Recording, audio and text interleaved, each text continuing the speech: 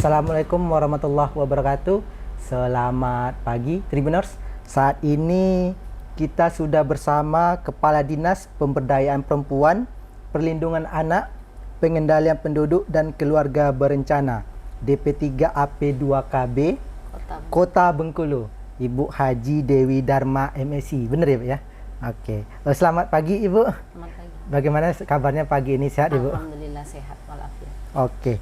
Nah, ini kita pada hari ini Bu, kita akan berbincang terkait dengan kasus stunting yang memang menjadi perhatian juga mulai dari Presiden hingga Wali Kota, dan sekarang juga menjadi perhatian dari PJ Wali Kota untuk di Kota Bengkulu Ibu. Nah, mungkin kita langsung saja Ibu, bagaimana atau penjelasan sebenarnya stunting ini apa Ibu, dan mungkin nanti apa dampaknya kepada anak Ibu. Selamat pagi. Mungkin kami akan menjelaskan dulu apa itu stunting. Jadi stunting itu adalah tumbuh kembang bayi yang tidak optimal dikarenakan kekurangan gizi yang kronis. Jadi dari mulai 1000 hari pertama kehidupan sampai kepada bayi berusia 59 bulan, itu saatnya kita untuk memberikan gizi yang bagus kepada anak-anak kita. Maka kami mulai dengan bagaimana kami memberikan arahan kepada tim pendamping keluarga kami untuk memulai penekanan agar tidak terjadinya stunting, karena harus digarisbawahi Dinas DP3AP2KB ini adalah pendampingan kepada keluarga-keluarga beresiko stunting, bukan penanganannya. Nah, jadi dari pendampingan itu kami mulai dari hulu, dari mulai calon pengantin, ibu hamil, pasca persalinan, sampai kepada bayi berusia di bawah 2 tahun.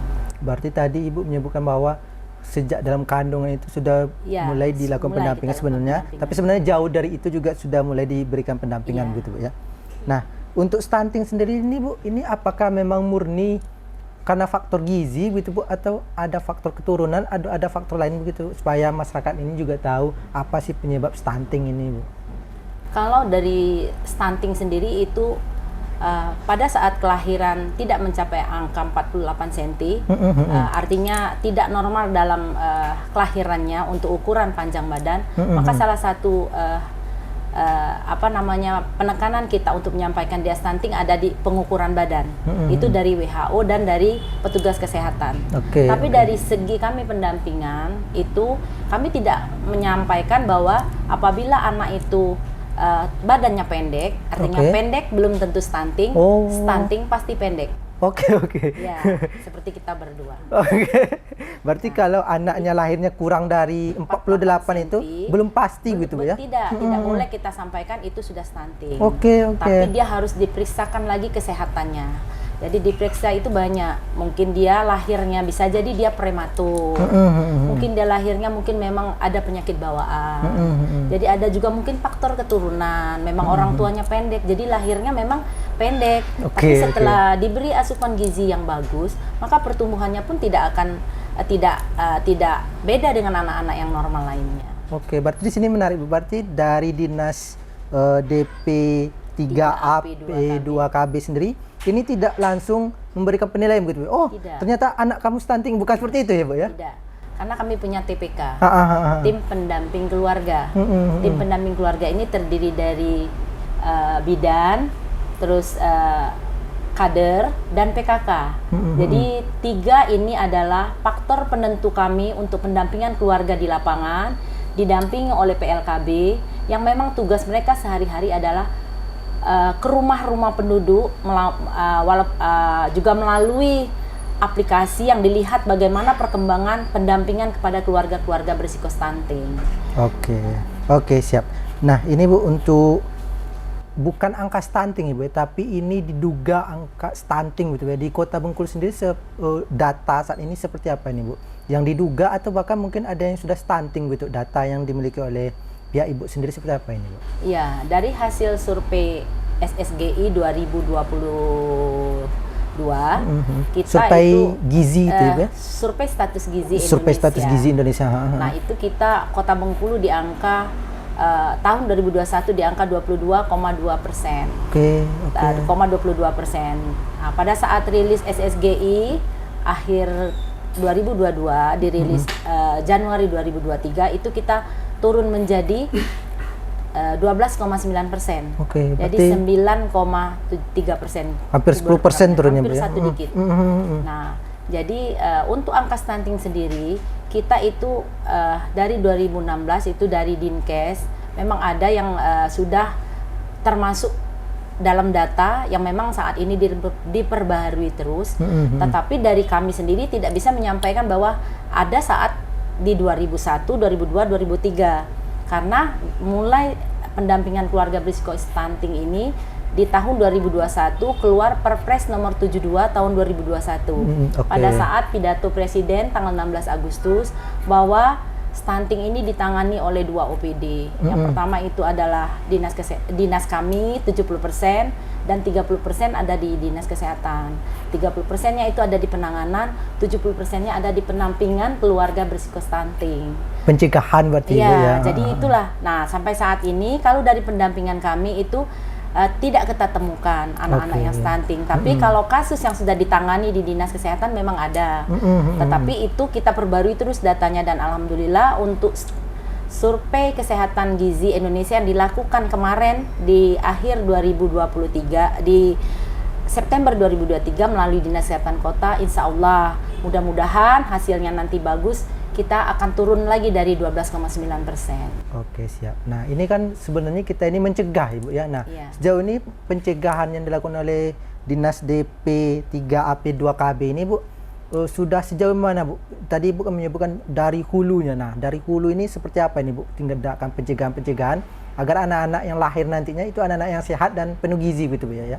Ya, yang pertama kita melakukan pendampingan kepada calon pengantin. Jadi calon pengantin itu dia wajib memeriksakan kesehatannya 3 bulan sebelum menikah. Oke, berarti memang Iya. benar-benar dari hulu benar, Iya. Bu, ya? Sebelum menikah bahkan, Sebelum ya. menikah. Kalau dulu kan kita hanya membawa bayi ke posyandu, kita dampingi untuk diperiksakan kesehatannya. Tapi sekarang dari mulai calon pengantin. Calon pengantin di screening selama 3 bulan. Oke. Kalau dia dinyatakan sehat, tidak ada penyakit bawaan, tidak ada misalnya keluhan dan lain-lain, maka melalui KUA di kecamatan wilayah masing-masing itu akan memberikan rekomendasi untuk mendapatkan NA. Tapi kalau dinyatakan petugas kesehatan bahwa mereka masih harus didampingi screeningnya untuk pemeriksaan kesehatan, maka NA-nya kita tunda dulu. Maaf, Bu, Iya. mungkin bisa dijelaskan NA ini maksudnya seperti apa ini, Bu? Ya, untuk surat untuk pengantar nikah itu kan ada namanya NA dari Oke, KUA.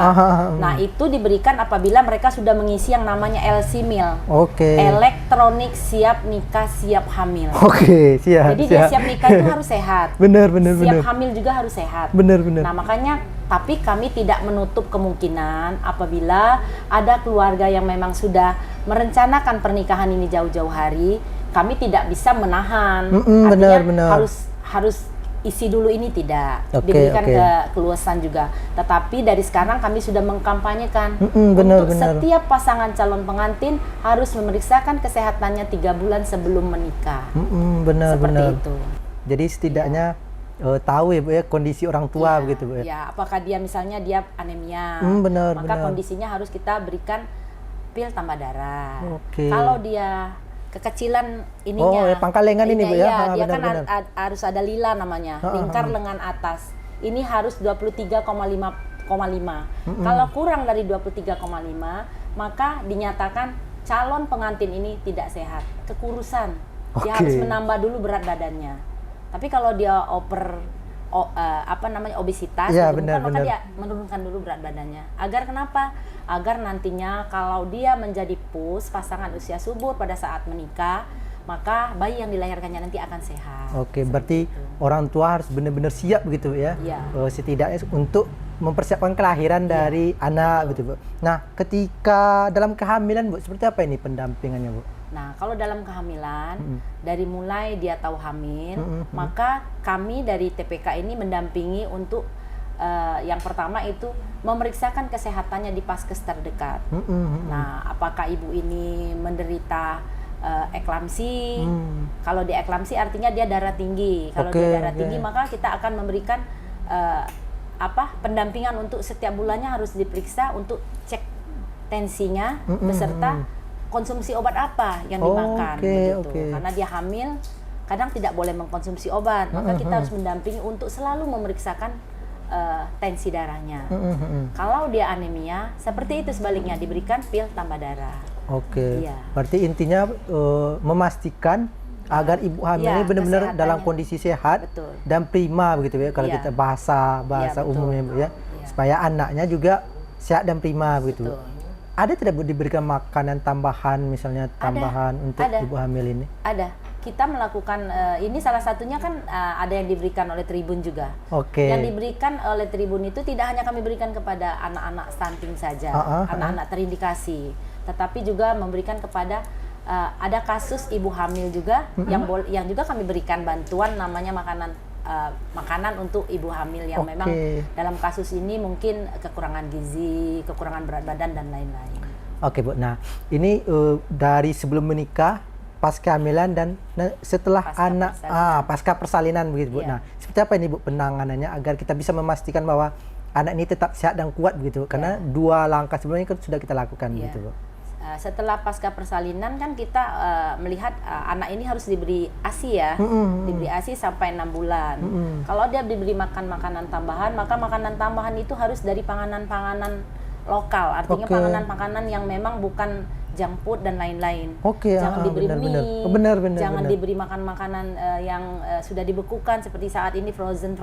Tapi belilah makanan anak. Kita kan sekarang banjir ikan di Bengkulu. Iya benar. Kenapa tidak kita simpan sekarang ikan itu kita giling, terus nanti kita bikin abon. Pada saatnya ikan mahal, anak-anak kita tetap makan ikan. Itu yang kami harapkan dari ibu-ibu muda yang saat ini menjadi pasangan-pasangan muda yang harus memperhatikan kesehatan gizi anaknya untuk menciptakan generasi emas 2045. Nah, di pasca persalinan setelah melahirkan, kami mendampingi lagi untuk dia memakai KB apa. Jadi ibunya juga harus fokus Ibu ya. KB. Istilahnya benar-benar. Harus menghindari 4T. 4T itu adalah terlalu mudah melahirkan, terlalu tua menikah, terlalu rapat dan terlalu sering. Dia rapat kan ini anaknya tidak berjarak. Kalau sering dia bukan tidak berjarak, dia artinya kalau rapat itu bisa saja dia mungkin tidak ber-KB, memang dia anaknya lahir terus. Ber-KB pun kebobolan. Tapi kalau dia sering itu tidak ada perencanaan yang matang. Kan 2 anak sehat kalau sekarang benar. 2 anak cukup, 2 anak lebih baik, 2 anak berkualitas, sekarang 2 anak sehat. Percuma berkualitas kalau anaknya tidak sehat. Akhirnya sekarang kita pastikan ada 4 slogannya itu, jadi tidak ada lagi 2 anak cukup seperti dulu, tidak. Cukup makan, cukup sekolahnya, tidak boleh lagi. Tapi 2 anak sehat dipastikan untuk kita menyongsong 2045 nanti menjadi Indonesia emas. Untuk jarak ini sendiri Bu, yang sehat itu sejauh mana? Kalau dulu 2 tahun ya, kalau sekarang 4 tahun. 4 tahun? Iya. Berarti dipastikan dulu anaknya sudah umur 5 atau 6 tahun gitu Bu? Baru boleh merencanakan program lagi begitu? Kalau dulu 2 tahun, jarak 2 tahun boleh. Kalau sekarang kita minta untuk masyarakat ini mengerti bahwa 4 tahun yang paling baik adalah memberikan jarak kelahiran untuk anak-anaknya. Bila perlu lebih daripada itu. Benar-benar. Berarti anak pun sudah mengerti jika nanti adiknya butuh perhatian gitu ya. Nah, terakhir Bu, ini kan sudah banyak upaya langkah-langkah yang kita lakukan. Nah, untuk target di Bengkulu sendiri ke depan Bu, apakah seperti apa targetnya untuk stunting di Kota Bengkulu ini Bu? Untuk target kita sendiri 2024 itu ada di angka 9%. Insya Allah mudah-mudahan dengan upaya kami mendampingi keluarga-keluarga berisiko stunting, baik itu dari pendekatan sensitif maupun spesifik. Sensitif adalah bagaimana kita memberikan gizi yang baik kepada anak-anak kita. Kalau spesifiknya itu adalah bagaimana kita mendampingi juga keluarga-keluarga yang artinya di bawah rata-rata penghasilannya, yang rumahnya masih tidak layak huni, untuk kita bedah rumahnya melalui program bedah rumah dari Perkim. Itu adalah salah satu konvergensi kita juga. Maka kami yakin mudah-mudahan dengan kami konvergensi kepada seluruh OPD, Dinas Sosial, Baznas, banyak lagi yang lain, salah satunya Tribun sendiri memberikan bantuan support untuk para anak-anak yang kekurangan gizi. Maka 2024 insya Allah doakan mudah-mudahan bisa di bawah 9%. Oke, 9%. Nah, setelah itu Bu, kemarin sempat juga wawancara dengan PJ Sekda ya Bu ya. Juga dengan Pak Wali Kota sebelumnya juga begitu. Nantinya targetnya pada akhirnya akan 0% gitu Bu. Ya, harapan kita Kota Bengkulu ini kita mempunyai bayi itu di data kita untuk di data PK kita, pendampingan keluarga kita, itu ada di 18.600-an. Nah, itu tidak termasuk bayi yang lahir-lahir saat ini, tapi untuk di Kota Bengkulu sendiri. Jadi kita pastikan bayi yang ada di Kota Bengkulu dulu. Oke. 10 yang lahir hari ini dipastikan sehat. Jadi kita tidak ingin ada yang tidak sehat. Maka yang disampaikan oleh Pak PJ Wali Kota dan Pak Wali sebelumnya, Pak Helmi Hasan, itu adalah menjadi penyemangat kami. Bagaimana Kota Bengkulu nanti bisa seperti Palembang, bisa zero stunting insya Allah. Palembang zero stunting ya, ya? Oke. Palembang yang sudah zero stunting. Tapi kami minta untuk support dari masyarakat Kota Bengkulu juga. Benar. Jangan hanya kami yang bekerja, jangan hanya kami yang memberikan sosialisasi, tapi kami minta juga perpanjangan tangan dari mulai RT, RW, masyarakat, tokoh agama, tokoh masyarakat, dan semua lapisan yang swasta, perguruan tinggi, media massa yang bekerja sama pentahelik dengan kami, maka kami mohon untuk dukungannya agar supaya Kota Bengkulu bisa mencapai zero stunting. Oke, berarti tadi itu ya Bu ya, kalau dari masyarakat sendiri peran aktifnya mungkin sebelum nikah lapor dulu gitu Bu ya. Atau yang mungkin butuh bantuan berarti tidak boleh segan-segan Bu ya, misalnya tetangganya mungkin dia mengetahui. Iya, makanya kita juga ada BAS, program BAS, Bapak Asuh Ayah Bunda Stunting. Mohon untuk masyarakat yang mampu, silakan mengajukan, boleh dengan kami untuk menjadi bapak asuh dari anak-anak yang ada di Kota Bengkulu, yang terindikasi maupun yang sudah ada stunting. Tapi mudah-mudahan ke depan, saat ini kami sampaikan kita terhindar dari stunting, dan insya Allah Kota Bengkulu ini adalah kota yang memang benar-benar bisa menjadi percontohan, back prestis juga dari kota lain, karena memang penurunan kita sangat signifikan sekali. Oke, siap. Nah, itu tadi Tribuners sudah panjang lebar Ibu Dewi menjelaskan terkait bagaimana usaha-usaha Bu Dewi bersama pihak-pihak terkait di Kota Bengkulu untuk menurunkan angka stunting ini. Nah, harapannya memang Ibu ya, nanti di 2024 9% angka stuntingnya, dan pada akhirnya dalam beberapa tahun mendatang mungkin ya Bu ya akan zero stunting, alias tidak ada lagi stunting di Kota Bengkulu. Baik, mungkin demikian Tribuners perbincangan kita pada pagi hari ini. Terima kasih Bu Dewi atas waktu dan juga penjelasannya tadi Bu, sehingga orang tahu bahwa sebelum nikah itu sebaiknya lapor dulu gitu kan, supaya nanti anaknya memang bisa dipastikan kuat dan sehat gitu ya. Dan juga tadi ada satu lagi mungkin perlu ditegaskan Bu, bahwa kalau pendek itu bukan berarti stunting ya Bu ya. Mungkin dijelaskan lagi Bu. Stunting pasti pendek. Pendek belum tentu stunting. Oke, karena pendek itu bisa dari faktor keturunan, bisa dari asupan makanan yang kurang bergizi, bisa jadi juga karena penyakit bawaan. Tapi menyatakan stunting itu harus dengan proses pemeriksaan kesehatan yang lengkap.